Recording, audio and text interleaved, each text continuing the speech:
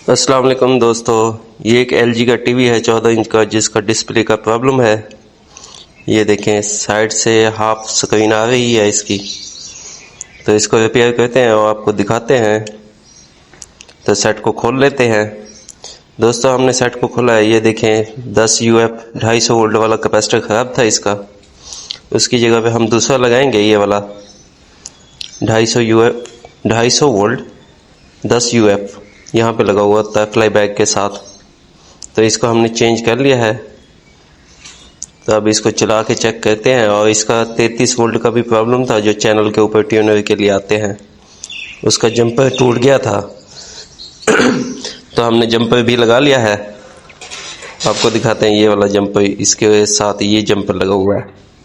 ये हमने जंपर लगा लिया है। अब सेट को ऑन करते हैं, आपको दिखाते हैं। ये देखें, हमारा डिस्प्ले वाला मसला हल हो चुका है दोस्तों, और इसके चैनल भी आ गए हैं। ये देखें, ये बिल्कुल ओके हो चुका है। तो इसमें यही वाला फॉल्ट था और कोई फॉल्ट नहीं था। तो हमारा मसला हल हो चुका है दोस्तों, वीडियो को पूरा देखा करें ताकि आपको समझ आ सके कि इसमें क्या फॉल्ट था। तो मिलते हैं अगली वीडियो में, तब तक के लिए अल्लाह हाफिज़।